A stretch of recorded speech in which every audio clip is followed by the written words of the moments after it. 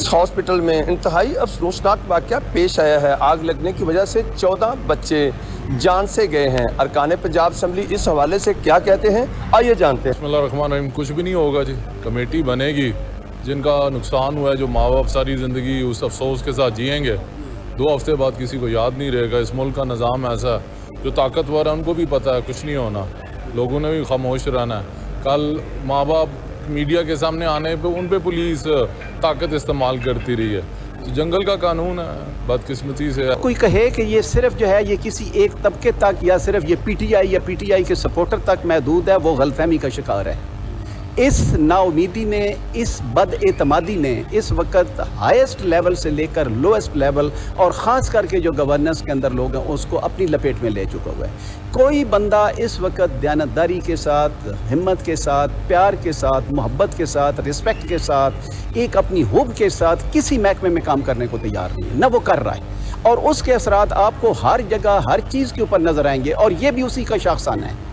میں یہ کہنا یہ چاہوں گا کہ یہ بہت ظلم ہوا ہے ماؤں اور والدین کے ساتھ جن کے بچے گئے ہیں، جو بیچارے اپنی ماؤں کو، اپنی پاپا کو ابھی تک اپنے منہ سے الفاظ نہیں ادا کر سکتے۔ ماں باپ ابھی ترس رہے تھے کہ یہ ہمیں ماما پاپا کہیں، وہ پہلے سے دنیا سے چلے گئے، ان کے نام نہیں رکھے گئے، وہ اس دنیا سے چلے گئے، ان کو پتہ ہی نہیں ان کو کس چیز کی سزا ملی گئی، وہ اس دنیا سے چلے گئے۔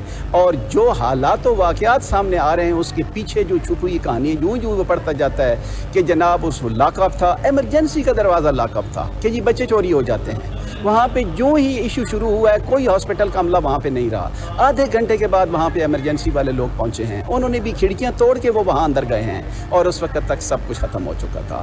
یہ ایک ہماری بے حسی کی اس ظلم کے راستے کے اوپر جس کے اوپر ہم چل رہے ہیں، ہمیں چلایا جا رہا ہے، یہ اس کا شاخسانہ ہے، یہ اس کا نتیجہ ہے۔ مجھے نہیں سمجھ آ رہی ہم اس کو کبھی سمجھیں گے یا نہیں سمجھیں گے۔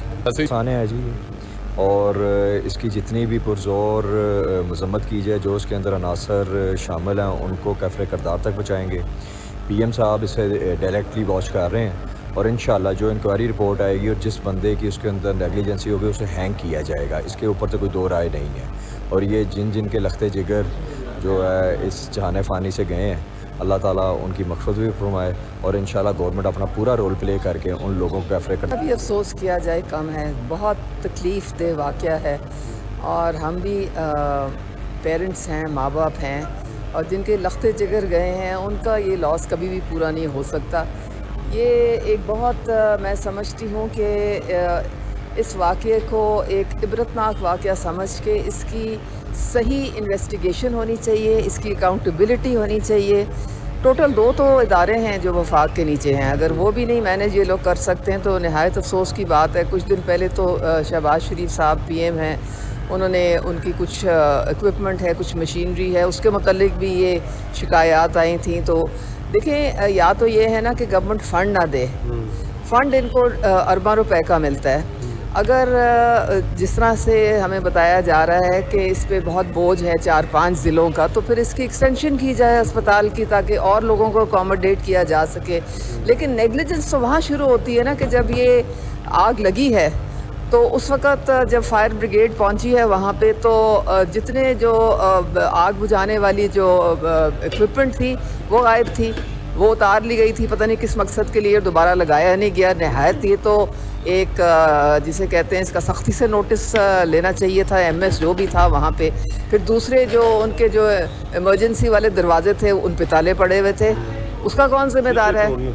یہ نہیں کہ اس کا یہ ساری باتیں جو ہیں ان کو دیکھنا پڑے گا، اور کسی کو تو اس کی ذمہ داری جو ہے وہ لینی پڑے گی۔ اور آئی ایم شیور یہ جو انکوائری ہوگی، اب جو سی ڈی اے کے جو وہ ایمرجنسی والوں نے جو رپورٹ دی ہے اس کے مطابق اس میں بہت غفلت نظر آ رہی ہے۔